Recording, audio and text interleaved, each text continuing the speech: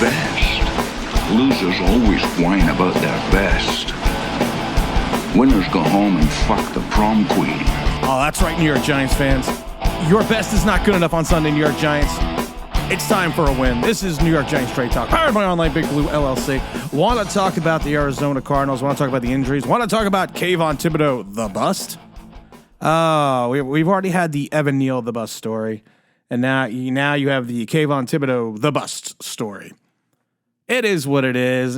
You know what? I think the Twitter sphere, I think the pundits, I think the content creators all need to come up with something. All need to have a, after that horrid start, that 40-0 loss to the Cowboys, I think some of these people are shaken to their core. And as a lifelong Giant fan since 1976, I take what I see. It comes and it goes. It's another week. And we got to put the 40-0 loss behind us and not worry about it and move on to the Arizona Cardinals. Dun-dun-dun. Want to talk about the Giants injury report, or Giants that have been limited in injury. Yeah, Andrew Thomas is still being a little bit bothered by that hamstring. They said he's walking around kind of gingerly right now in Arizona, but they're saying he's still day-to-day. Darren Waller got a rest day the other day. He's dealing with the hamstring issue. He said it's the same hamstring issue that he had last year with the Raiders, but it's not as bad.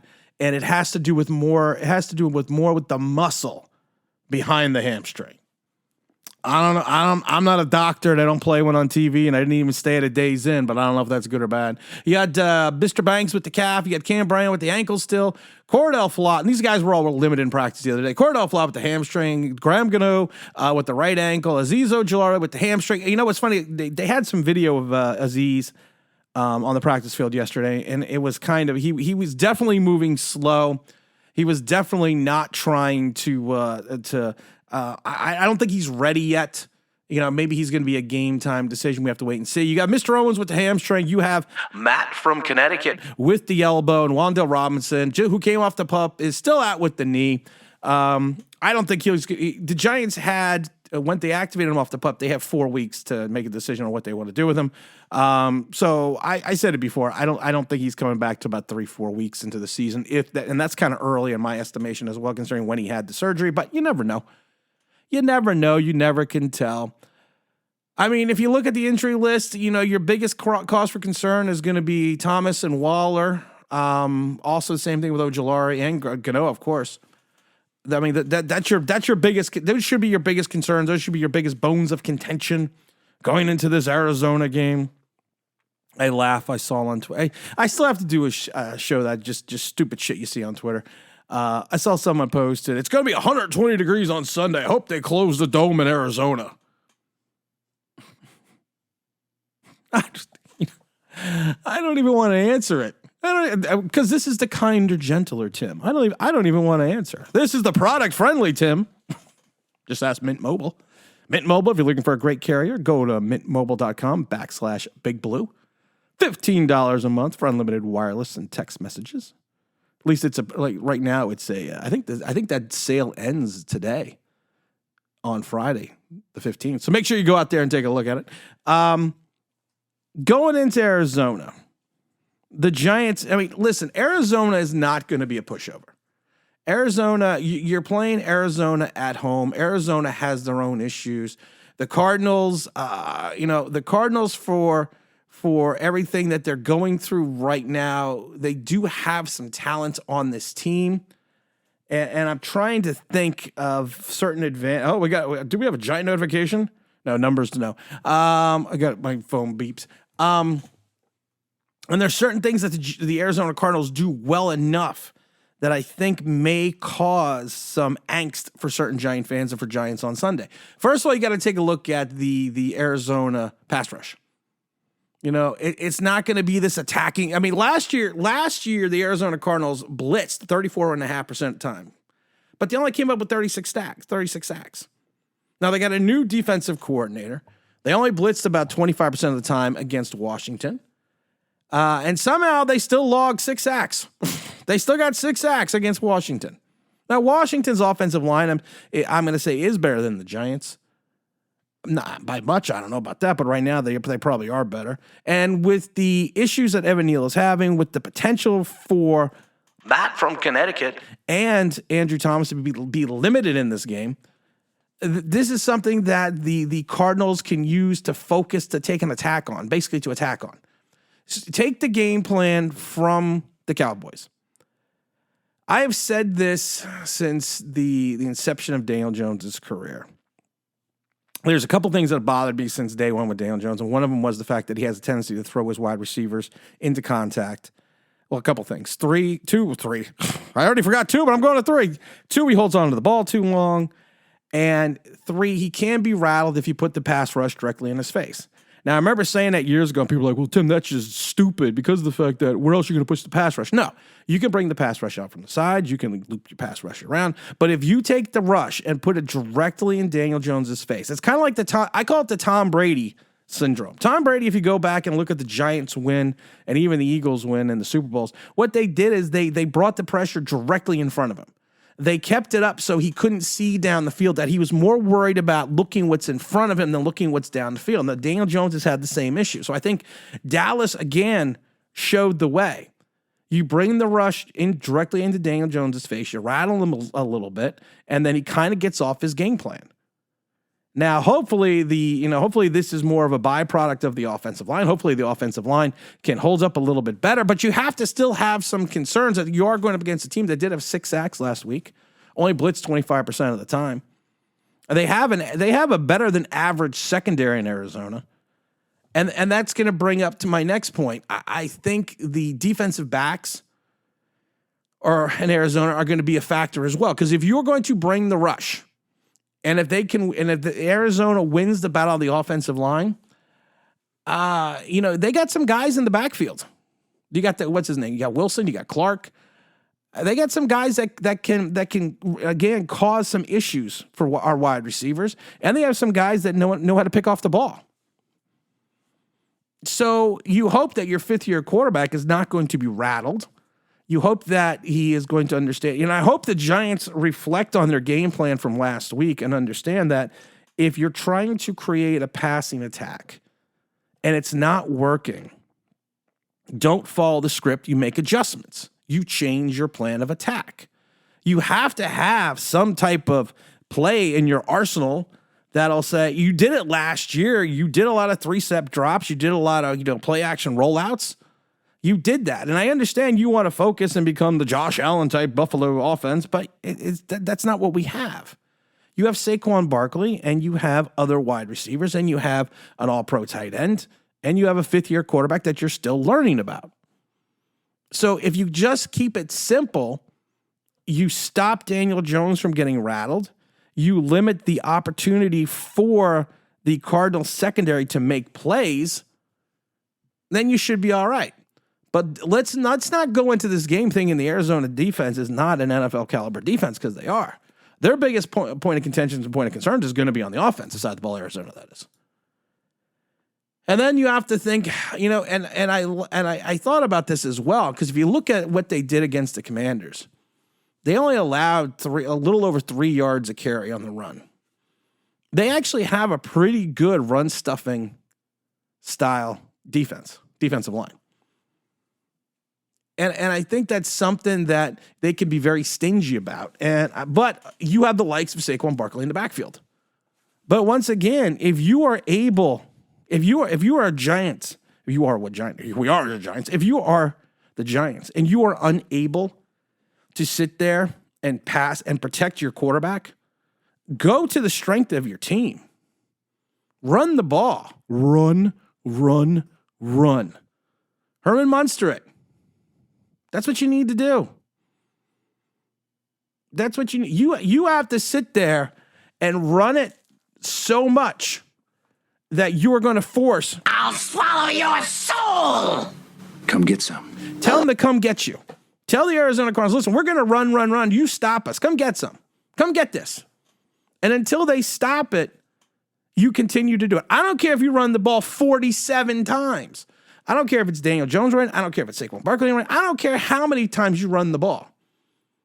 I don't care if you run the ball 15 times in a row. If they can't stop it, you continue to do it. If they are overcommitting on the pass rush and they are being over aggressive, run the draw. Run your quarterback. If something's not working, fix it. And I don't mean sometimes fix it does not mean actually to fix the problem. Sometimes what it means is to do something different. Right now, our biggest, I would say hopefully, our biggest strength going into Sunday is going to be our defense going up against the offense. Because I'm not scared of, you got, what's his name? Marquez Brown, Mr. Hollywood, came over from Baltimore. He's a good, talented wide receiver. We got Rondale Moore. He's another good, talented wide receiver. You got Joshua Dobbs, man. He's your starting quarterback. And plus you got Zach Ertz in there. Zach, all-pro tight end. We always had problems with tight ends. And then you got James Conner running the ball. I mean, I'm not overly scared of their offense. Your defense, which is supposed to be one of your strengths, and especially your defensive line with, Kayvon Thibodeaux, Leonard Williams, Dexter Lawrence, DJ Davidson, Jordan Riley, and the host of others that you're supposed to be rotating in. It's supposed to be the strength of this team. Prove it. Shut down the run and get after the quarterback. We're not facing Patrick Mahomes. Hell, we're not facing Kyler Murray. The defense should be a factor in this game, and a huge factor, because you are going up against a guy in Joshua Dobbs who's 28 years old. He's 0-3 in his career in starts.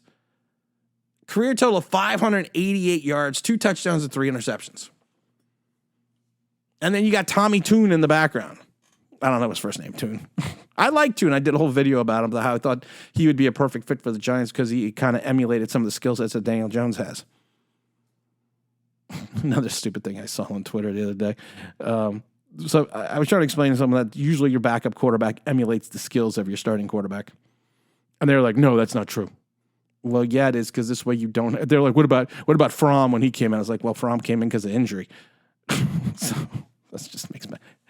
But it's the kinder, gentler Tim. Think you gonna get away with it? Not up in here. Not up in here! We got to talk about Kayvon Thibodeaux a moment.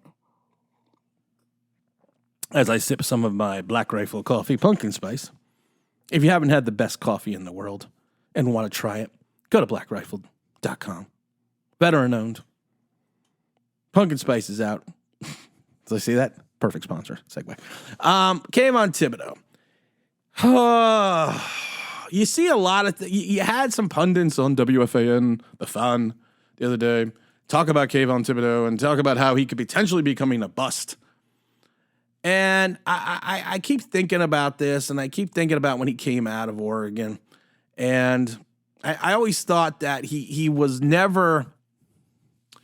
When O'Shane Ximines came out of college, out of Old Dominion, he had 10 sacks his last year. And we did a video. I actually bought an O'Shane Ximines jersey. I've worn it before. When he came out, we talked about the fact that he was not really a pure pass rusher. He more relied on his speed and did not rely on technique or any pass rushing moves. And I think with Kayvon Thibodeaux, people, like I said, we talked about it before. People remember only remember the last 4 games of last year. They don't remember the first 13. They don't remember he only had 4 sacks over those games, and he was going to have 17 sacks for the entire season. I think the problem, one of the also biggest issues with Kayvon Thibodeaux was the self-hype machine that he had coming in. And I said this on a live stream. I said it a couple other times that the problem is if you're going to come in with this much hype and self-created hype, then the problem is it's going to backfire if you don't produce. And honestly, has he produced? No, he really hasn't. He hasn't produced the way you would think that a fifth overall pick would. And then when you hype yourself up so much and then you fail a little bit, then it kind of goes down. Now, when he came out of Oregon, I never really thought he had the best pass rushing ability. I think if you actually looked at him, did you really, if you watched him in Oregon, it just didn't seem natural. He wasn't naturally instinctive as a pass rusher. And he did not have the repartee that you needed, I thought. Same thing as O'Shane Ximines, to do different things, to try to have different moves, to have that finishing move. And I think the issue is with that is he got exposed a little bit last year when he came in. And then I think towards the end of the season, he started figuring it out a little bit. And now, like I said, the NFL has film on him, has 17 weeks of film. So they've readjusted again. And I think I love how we talk about Bobby Johnson and firing Bobby Johnson. I think the defensive line coaches for the Giants, I think they're missing the boat with the fact is they got to teach him up a little bit on his hand usage, on where to place his hands, where to use his hands, how to use his hands to his advantage. I don't think he's ever really learned that. Now, you can see that on film a little bit.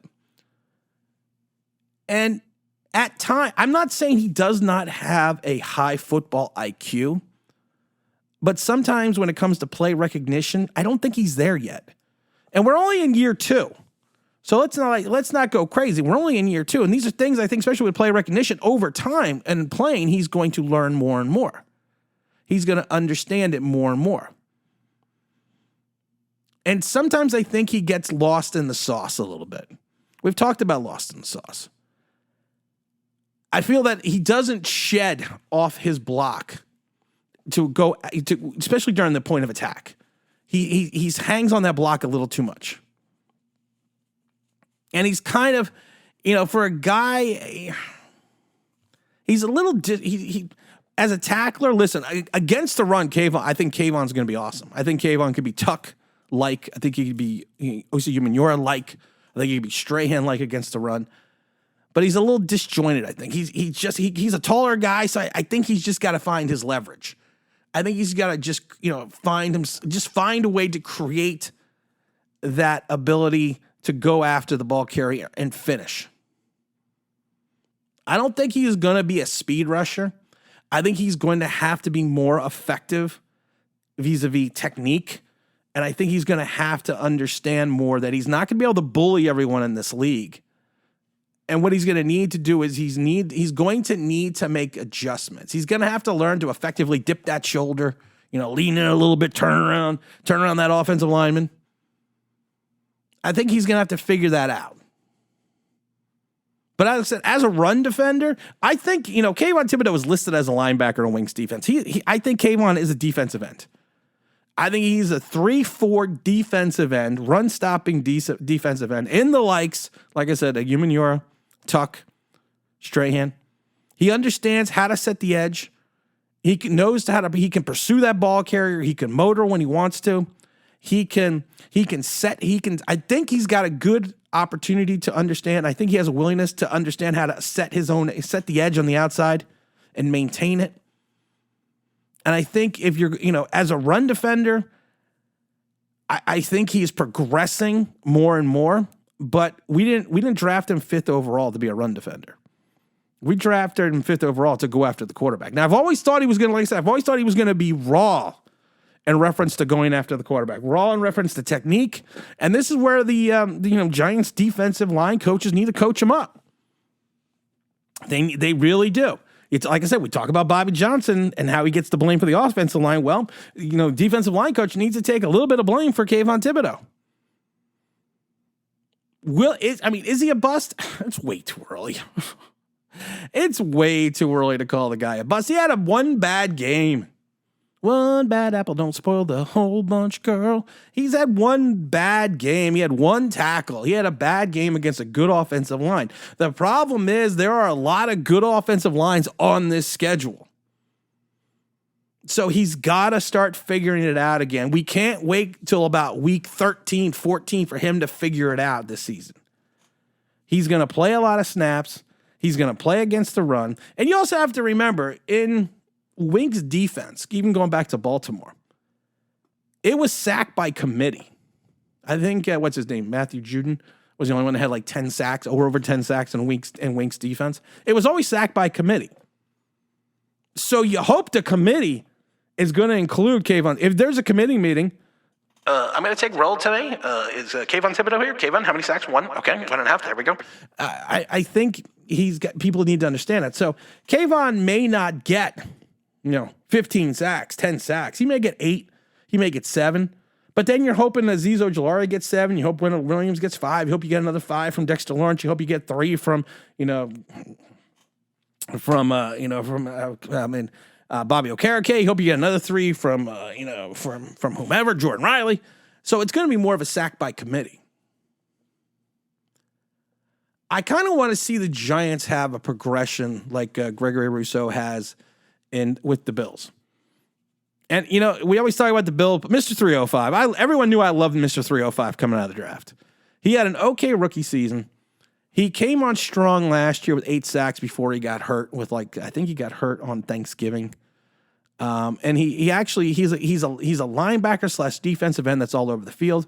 He showed a progression from his first game till he got hurt until this most recent game as well. He is in this. He's kind of like the same. He's in the same boat with Kayvon Thibodeaux. He is not an instinctive pass rusher. He needs to be taught. He seems like he's getting learned up in Buffalo. So you kind of hope Kayvon Thibodeaux follows the same trajectory and career arc right now that Gregory Rousseau has. We got a big show on Sunday with R0B and a special guest, so make sure you tune in for Sunday Giant at 10 a.m. Eastern Standard Time. Got a lot of fun stuff to talk about. Hopefully, we're going to talk about the Arizona game. We're going to give away a couple of Eli Manning Super Bowl rings, a whole bunch of other crap. I haven't decided yet. That's all I got today. And all I got to say is one thing, 3 things. Don't forget to like. Don't forget to subscribe. Don't forget to ring that bell because you want to know why. That'd be awesome.